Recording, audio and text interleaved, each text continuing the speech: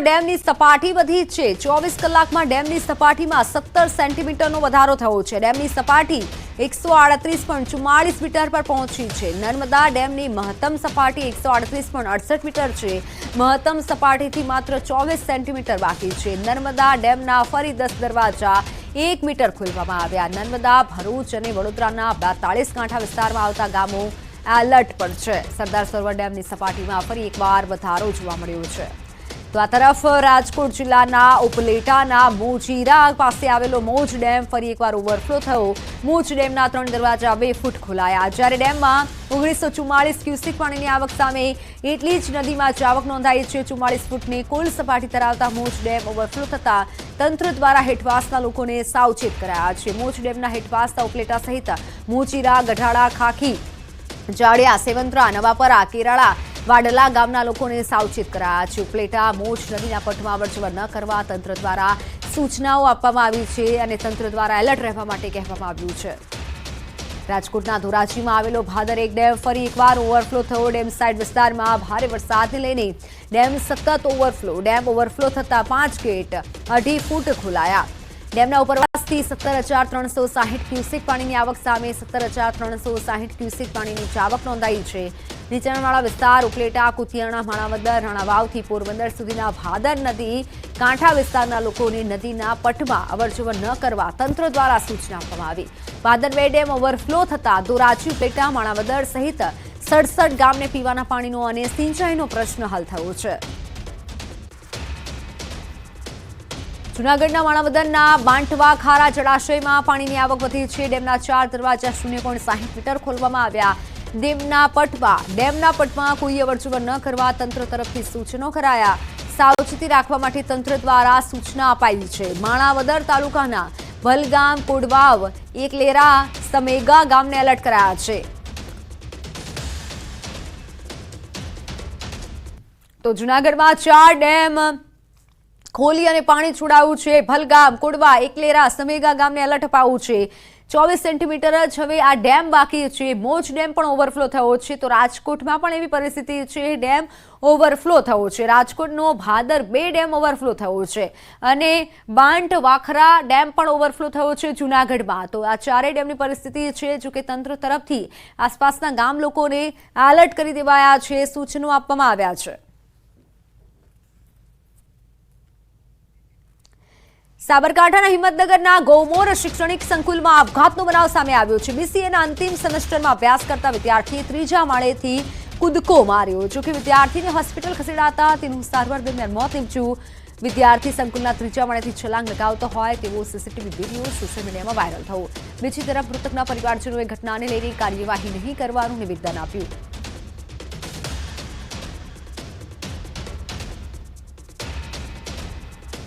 ઘટનાના live footage સામે આવ્યા છે, જેમાં ગૌમોર શૈક્ષણિક સંકુલમાં આપઘાતનો પ્રયાસ કર્યો।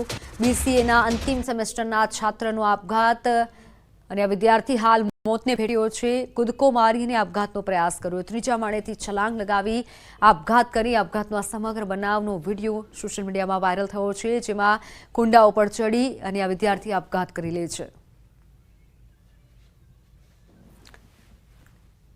બનાસકાંઠાની દાંતીવાડા તાલુકાની પ્રાથમિક શાળાના એક શિક્ષક સામે વિદ્યાર્થીને માર મારવાનો આક્ષેપ થયો છે।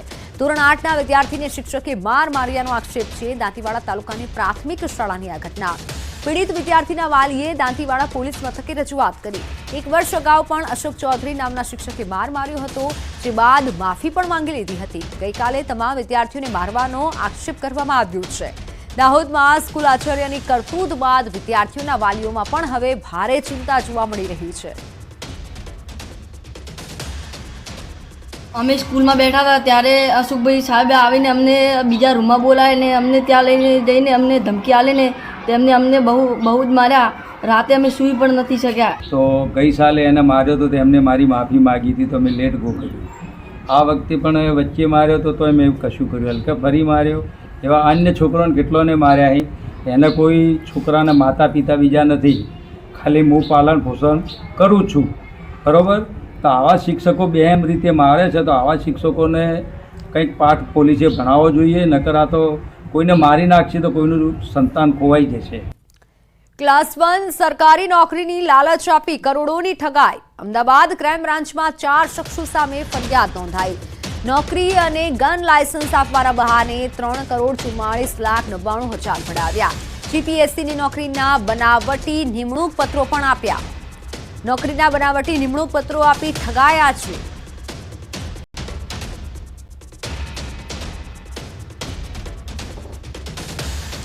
ગીર સોમનાથના વેરાવળ સોમનાથ રોડ પર ગેરકાયદેસર દબાણો દૂર કરવાની કાર્યવાહી કરાઈ. સેન્ટ મેરી સ્કૂલ સામેના વિસ્તારમાં ડિમોલિશન હાથ ધરાયું. દબાણો દૂર કરાતા સમયે નજીકના વિસ્તાર અને મુખ્ય રોડ રસ્તા પર પોલીસે બંધ કરાવ્યા. મોડી રાત્રે આ મેગા ડિમોલિશન હાથ ધરાયું હતું, જેમાં 3 એસપી, 1 આઈજીપી અને 6 ડીવાયએસપી, 50 પીઆઈ, પીએસઆઈ સહિત 1200 પોલીસ કર્મીઓ તૈનાત કરાયા હતા.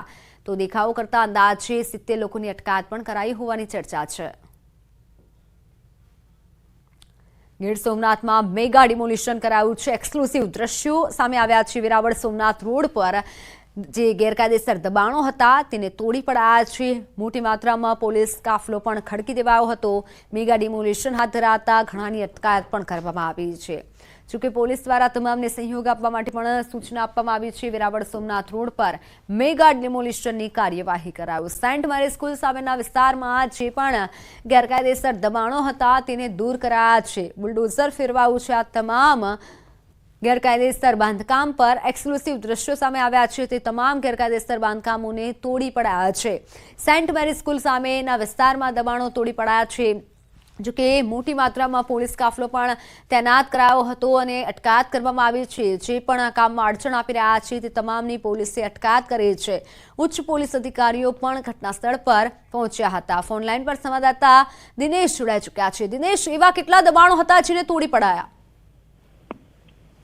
બિલકુલ, ખાસ કરીને મોડી રાત્રે ગીર સોમનાથ જિલ્લાનું એટલે કે મુખ્ય મથક વેરાવળથી લઈ અને સોમનાથ મંદિર તરફ જતાના જે રસ્તો છે તેના ઉપર ડેમોલેશન હાથ ધરવામાં આવ્યું હતું. ને આ ડેમોલેશનમાં અનેક પોલીસ અધિકારીઓ હાજર રહ્યા હતા. જોકે હાલ આ ડેમોલેશન છે તેમને લઈને વેરાવળની અંદર થોડો માહોલ તંગ છે, પરંતુ વેરાવળ શહેરની અંદર જતા જે તમામ રસ્તાઓ છે તેમને હાલ પોલીસે બંધ કરવામાં આવ્યા છે.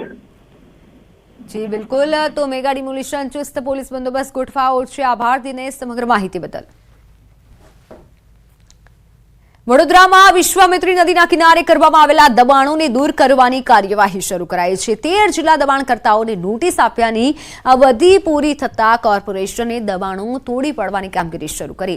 દબાણ શાખાની ટીમે પોલીસને સાથે રાખી 6 જેટલા જીસીબીની મદદથી અગોરા મોલના ક્લબ હાઉસ અને રિટર્નિંગ વોલને તોડી પાડવા કામગીરી કરી. જોકે સ્થાનિકો હજી પણ કોર્પોરેશનની કામગીરીથી અસંતુષ્ટ છે. તો કોંગ્રેસે પણ કોર્પોરેશનની કામગીરીને દેખાડો પૂરતી હોવાનું ગણાવ્યું છે. અમારો તો એટલું જ દબાણ છે કે એમની જે મોલની જે ઝોન ફેર કર્યું છે, જે વિશ્વામિત્રી નદીને જે જીડીએસ પ્રમાણે કે આ નદીથી પટ્ટી તમારે 30 મીટરનું અંતર છોડીને બાંધકામ કરવું જોઈએ, એ બાંધકામ કરેલ છે નહીં. તો તમે એવું છે કે મોલ પણ ગેરકાયદેસર રીતે બાંધકામ કરેલ છે. ટીડીઓ ડિપાર્ટમેન્ટના ડેપ્યુટી ટીડીઓ શ્રી શૈલેષ પ્રજાપતિ સાહેબ અને તેમનો ટીડીઓ ડિપાર્ટમેન્ટનો સ્ટાફ તેમના સીધા માર્ગદર્શન હેઠળ અગોરા મોલમાં આવેલ ક્લબ હાઉસ તેને હાલ દૂર કરવાની કાર્યવાહી ચાલુ છે. તમે ઝૂંપડા કેનાલ પરના ઝૂંપડા સમાના 30 ઝૂંપડાને તમે ગયા મહિને તોડી નાખ્યા. તો કોઈ નોટિસ આપવા ગયા હતા? તમે સીધા તોડી નાખો છો. તમે નેચરલ જસ્ટિસના ગ્રાઉન્ડ પર આને સમય આપ્યો એ બી બહુ મોટી વાત છે. હજી પ્રેમ તો દેખાય જ છે, પણ ના છૂટકે તોડવું પડે છે કેમ કે પ્રજાનો વિરોધ છે. આ દેખાવાની કામગીરી થઈ રહી છે. હકીકતમાં R1 ઝોનમાંથી જે ઝોન ફેર કરી અને આખો અગોરાનો મોલ ઊભો કર્યો છે, આ મોલ જ ગેરકાયદેસર છે. આ મોલ જ તોડી પાડવો જોઈએ. આ જે એન્વાયરમેન્ટને ડેમેજ કર્યું છે એનું એન્વાયરમેન્ટ ડેમેજ કમ્પન્સેશન બિલ્ડર પાસે લેવું જોઈએ. જે લાખો લોકોને પૂરનું પરિસ્થિતિનો સામનો કરવો પડ્યો. આ ડિસિઝન જો 8.5 વર્ષ પહેલાં દિવાલ બનાવવા જ ના દીધી હોત તો સમા વિસ્તારમાં છેલ્લા 4-5 પૂરમાં જે પાણી ભરાયા છે, કદાચ આ પાણી આટલા માત્રામાં ભરાયા જ ના હોત. વડોદરા શહેરમાં પૂરની પરિસ્થિતિ સર્જાઈ. લોકોએ જે છે પોતાનો લાખો કરોડોનું નુકસાન જે છે તે વેઠવાનો વારો આવ્યો. વડોદરા મહાનગરપાલિકાની ટીમ જે છે તે વિવાદાસ્પદ અગોરા મોલ છે તેનું દબાણ દૂર કરી રહી છે, પરંતુ આ દબાણ કેમ દૂર કરવામાં આવી રહ્યું છે તેનું સચોટ જે કારણ છે એ અમે તમને બતાવવા જઈ રહ્યા છે. આ દ્રશ્યો તમે જે જોઈ રહ્યા છો તે સમા વિસ્તારના દ્રશ્યો છે અને સમા વિસ્તારમાંથી આ જે વિશ્વામિત્રી નદી છે તે પસાર થાય છે. અગોરા મોલનો જો બેફામ બનેલો બિલ્ડર છે તેના દ્વારા આ વિશ્વામિત્રી નદી જે છે તેમાં પુરાણ કરવામાં આવ્યું અને ત્યારબાદ આ મસ્ત મોટી જે દિવાલ છે તમે જોઈ રહ્યા છો એ દિવાલ ચણી દેવામાં આવી. અને દિવાલ ચણ્યા બાદ બિલ્ડર જે છે પાલિકાને એ હદે ન ગાંઠ્યો કે તેને વિશ્વામિત્રી નદીના કાંઠે ગેરકાયદે ગેરકાયદેસર આખું ક્લબ હાઉસ છે તે બાંધી દીધું. અત્યારે જે પૂરની પરિસ્થિતિ સર્જાઈ હતી ત્યારબાદ નાગરિકોએ પોતાનો રોષ વ્યક્ત કર્યો અને રાજ્ય સરકારે બિલ્ડરો સામે લાલાક કરી ત્યારબાદ વડોદરા મહાનગરપાલિકા જે છે તે પાલિકા હરકતમાં આવી છે અને પાલિકા દ્વારા અત્યારે જે વિવાદાસ્પદ અઘોરા મોલ છે તેના દબાણો જે છે તે દૂર કરવાની પ્રક્રિયા જે છે તે કરવામાં આવી રહી છે. દ્રશ્યો તમે જોઈ રહ્યા છો ત્યાં ક્લબ હાઉસ છે કે જેને તોડવા માટે કોંગ્રેસ દ્વારા અને વડોદરા શહેરના જે નાગરિકો છે તેમના દ્વારા અનેક વખત રજૂઆત કરવામાં આવી હતી, પરંતુ જે ટેબલ નીચે વ્યવહાર કરતા પાલિકાના અધિકારીઓ અને સત્તાધીશો છે તેમને આ દબાણ જે છે તે દેખાતું ન હતું. પરંતુ નાગરિકોનો રોષ પારખી ગયેલા જે સત્તાધીશો છે તે હવે જાગ્યા છે અને જે બેફામ બનેલા બિલ્ડરો છે તેમના દબાણો જે છે તે દૂર કરવાની પ્રક્રિયા જે છે તે કરવામાં આવી રહી છે. ઉલ્લેખનીય બાબત છે કે વડોદરા મહાનગરપાલિકા દ્વારા એક નોટિસ પાઠવીને જે જુદા જુદા બિલ્ડરો છે કે જેમને ગેરકાયદેસર બાંધકામ કર્યું છે તેમને 72 કલાકનું અલ્ટિમેટમ જે છે તે આપવામાં આવ્યું હતું, પરંતુ આ બિલ્ડરો જે નોટિસ છે તેને પણ ના ગણકારી અને 72 કલાકનું અલ્ટિમેટમ વીતી ગયા બાદ પણ જે પોતાના દબાણો છે તે સ્વેચ્છાએ દૂર ન કર્યા. બિલ્ડરોએ પોતાના દબાણો સ્વેચ્છાએ દૂર ન કર્યા. એના માટે જ વડોદરા મહાનગરપાલિકાની ટીમ જે છે તે હવે હરકતમાં આવી છે અને અઘોરા મોલનું જે ગેરકાયદેસર બાંધકામ હતું તે તોડવાની પ્રક્રિયા જે છે તે આખરે શરૂ કરી દેવામાં આવી છે. અને પાલિકાએ જ્યારે આકરું વલણ દાખવ્યું છે અને નાગરિકો પણ રોષે ભરાયા છે ત્યારે ગેરકાયદેસર બાંધકામ કરનારા જે બેફામ બનેલા બિલ્ડરો છે તેઓની અંદર ફફડાટ જોવા મળી રહ્યો છે. હાર્દિક દીક્ષિત, ન્યૂઝ 18 ગુજરાતી, વડોદરા. તો સુરતના કતારગામ વિસ્તારમાં મહાનગરપાલિકાની દબાણ તોડવાની અપાયેલી નોટિસનો સ્થાનિકોએ વિરોધ કર્યો.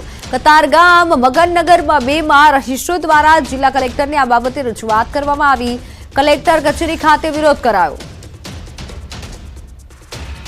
સુરતનો કતારગામ વિસ્તાર અને વિસ્તારમાં આવેલી મગનનગર સોસાયટીના રોડ દબાણમાં આવતા એપાર્ટમેન્ટોને ડિમોલિશનની નોટિસ આપતાની સાથે લોકોમાં આક્રોશ ફેલાઈ જવા પામ્યો છે, કારણ કે વર્ષોથી આ લોકો આ વિસ્તારમાં રહે છે. જ્યારે બાંધકામ થયું ત્યારે તંત્ર ક્યાં હતું તે સમજાતું નથી અને હવે જે પ્રકારે કહી શકાય છે કે જે પ્રકારે ડિમોલિશનના આદેશ કર્યા છે તેને લઈને લોકોમાં આક્રોશ છે. ત્યારે ચોક્કસ આપણે વાત કરવા માંગીશું કેટલીક મહિલાઓ સાથે.